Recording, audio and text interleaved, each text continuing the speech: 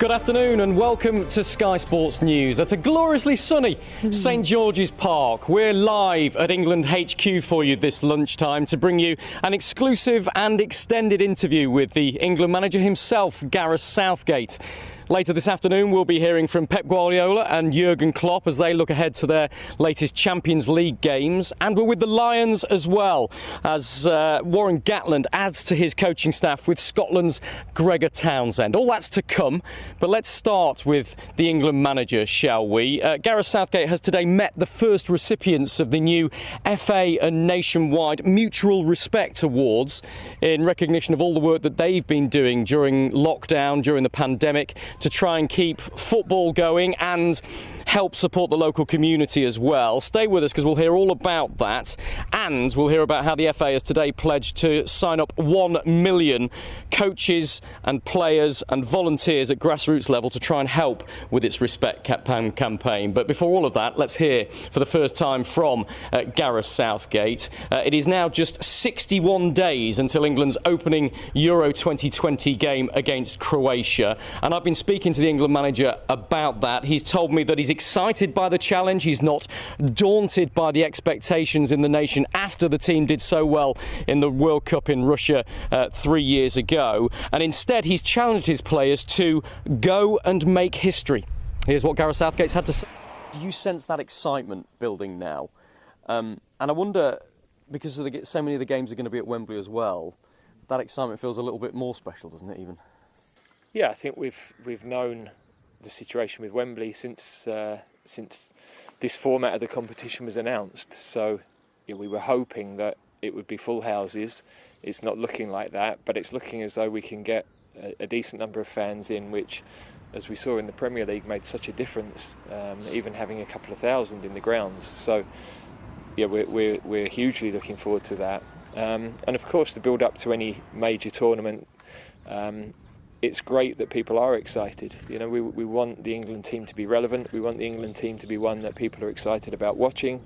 That is what following the national team is all about. We represent everybody. It doesn't matter which club you support. We hope that everybody gets behind the team, as they have done over the last couple of years. And we're hugely looking forward to the tournament.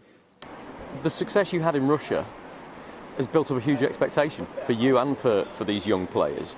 And I wonder how you feel about that, because it's what you want, it's what you've been striving for, but that expectation comes with a pressure for you and the players. How do you cope with that? Do you feel that? Are you starting to feel the pressure? Obviously, it'll accentuate even more between now and the tournament starting, but that pressure of expectation because you did so well in Russia. Yeah, but one day I'll be doing something that nobody's bothered about, and it'll be quite boring. So if you want to be in a role where you've got a chance of achieving something special, and we've never been to a European Championship final, so there's always a chance to make history, and that's the challenge for us as a group of staff, but especially for the players. That they shouldn't be burdened by that. We know it's been a long time since England have had that sort of success. We've made progress over the last few years. We've got to keep that progress going, and we've got to be looking to be a country that is constantly at those latter stages of the tournaments, which is what the really big football nations, and I know we always put ourselves in that bracket, but our history doesn't necessarily align with that. Those big nations that have constantly succeeded have always been in those latter stages, and we've got to be doing that. How would you measure success? If I said to you now, what would be a measure of success for this England team at the Euros, having made it to the World Cup semi-finals? If you didn't make it to the semi-finals, would you see that as a disappointment? It depends on what your performances are like, and in football we saw at the weekend, you can win games where you dominate the game, have all of the possession, all of the shots, and lose. Leeds get an unbelievable result at Manchester City, where statistically it would have been impossible. So there's always something beyond that. Of course, as a group, we want to win. What's the point of us going if we're not going there to try and win? And we've got a group of players, not just now, but for the next few years as well, that are going to mean England are competitive for years to come. And again, when we were setting the blueprint for what St George's would be about and the progress of the national teams, that was the discussion we had. We want to win. If you win, you want to win again, and it's a never-ending cycle. So we haven't won yet. We've had a lot of praise. We've got to take those next steps. Gareth, let's talk about the Respect campaign. Build it through grassroots and then see the elite players doing the same. It kind of works, doesn't it? Yeah, it's got to be at all levels, and you're absolutely right. You've seen, I mean, it was brilliant meeting Tina and Dan, who've both run food banks, and they were talking about Marcus Rashford and how inspiring that's been for them. So it does hit every level, and I think what our players recognise is that's where they started. Every player starts at a grassroots club somewhere, and to be able to inspire those young people. If you're an England international, there's a community that you started in, that you came from, that in particular you will inspire those youngsters. You'll do that nationally, but especially the kids that think, well, he was here, he grew up at this club, and maybe that could be me one day.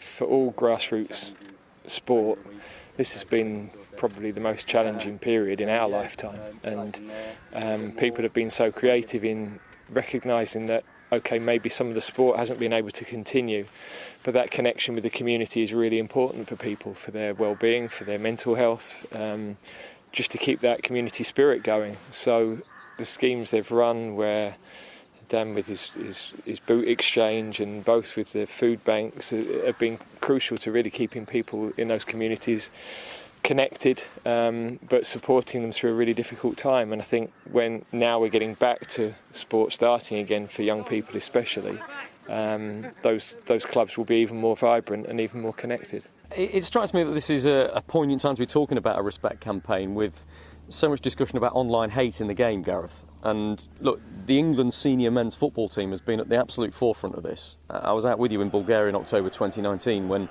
the team and yourselves made a real stand, and I think first highlighted that the players on the pitch can start dealing with this themselves. The FA themselves yesterday said we might support a media blackout, a social media blackout. With that in mind and the Respect campaign, is it something you'd support? And if you and the England team did it during the Euros, for example, that'd be a heck of a big statement, wouldn't it? Yeah, I think we're all conscious there's a real balance here. We want to make a stand in terms of what's going on is unacceptable, and we're 100% supportive of our players, and all players, not just the England players, but all players that are suffering unacceptable abuse online. The other part of that is social media has been such a brilliant part of reconnecting with our fans, and is a brilliant way for the players to stay connected with their fans, and we lose that touch that everybody at certain times feels players have become unapproachable, and social media has played a big part in breaking down some of that barrier. So yeah, we're mindful that there's a balance to be found here. We've got to continue to lobby in the right places for change, and better for policing, for want of a better word, of those sites, and how do we make sure that people aren't allowed just to post anything they want. We understand that's a complex situation as well, but the big message is abuse of anybody is unacceptable.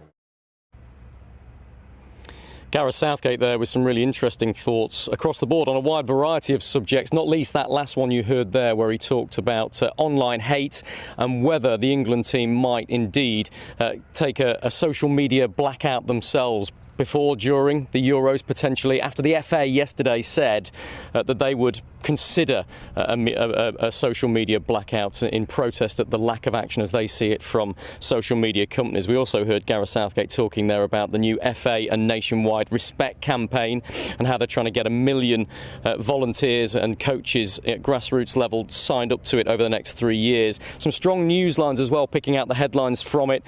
Yes, they want to win Euro 2020, otherwise there's no point in playing. He's told the players there's a chance to make history there because no England team has ever made it to the Euros finals before. He said players shouldn't be burdened by past failures, and he said we can only call ourselves a big nation if we are regularly in the latter stages of tournaments, the big tournaments, if we're going to do that. So, really interesting stuff from Gareth Southgate. Much more from him and that exclusive interview that we've just done here at St George's Park throughout the day on Sky Sports News.